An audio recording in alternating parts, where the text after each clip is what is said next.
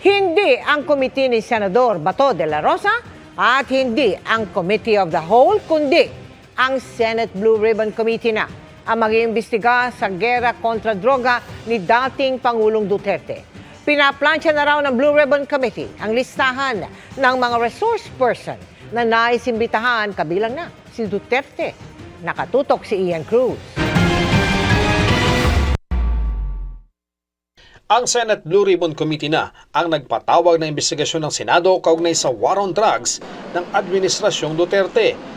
Sabi ni Blue Ribbon Committee Chairman Senadora Pia Cayetano na nasa isang Energy Summit matapos ang konsultasyon kay Senate President Cheese Escudero, si Senate Minority Leader at Justice Committee Chairman Coco Pimentel na ang mamumuno sa pagdinig.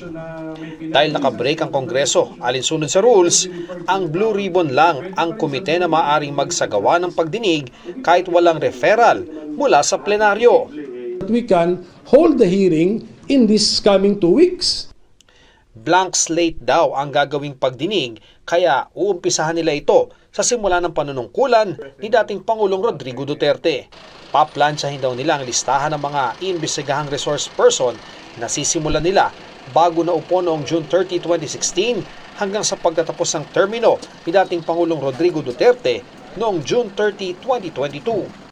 Kabilang sa mga unang isasalang ang dating police officer at dating PCSO General Manager Royina Garma na nagsabi noon sa House Quad Committee na inutusan umano siya ni Duterte na ipatupad ang Davao model ng giyera kontra droga sa buong bansa kung saan may pabuya ang pagkakapatay sa mga suspect.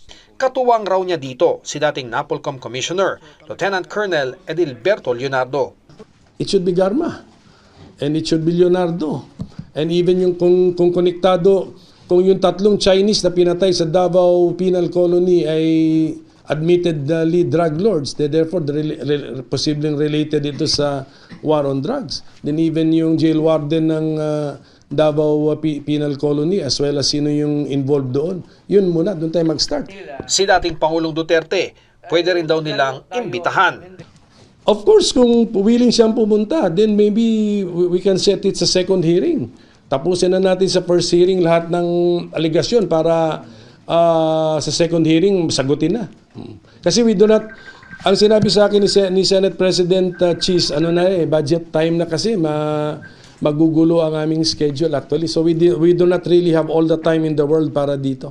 Unang sinabi ni Senador Ronald Bato de la Rosa, ang PNP chief noong simula ng war on drugs, ang pagnanais na imbestigahan sa Senado ang war on drugs. Pero mungkahi noon ni Senadora Risa Ontiveros na Committee of the Whole ang dapat mag-imbestiga. Payag naman si de la Rosa na ang Blue Ribbon Committee ang mag-imbestiga sa war on drugs. The public deserves to know the truth. That's why I am happy that this investigation will be handled by the Blue Ribbon Committee of the Senate because alam ko lalabas dito katotohanan. Tiniyak naman ni Pimentel na magiging patas sa gagawing investigasyon. Para sa GMA Integrated News, Ian Cruz, Nakatutok, 24 Oras.